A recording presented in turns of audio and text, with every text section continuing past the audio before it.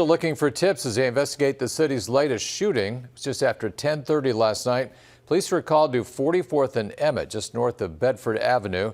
They found the victim, a woman who was 23, in shell casings. The woman was transported to the hospital in serious condition. She's expected to be okay. And if you have any information, you're urged to contact Crime Stoppers.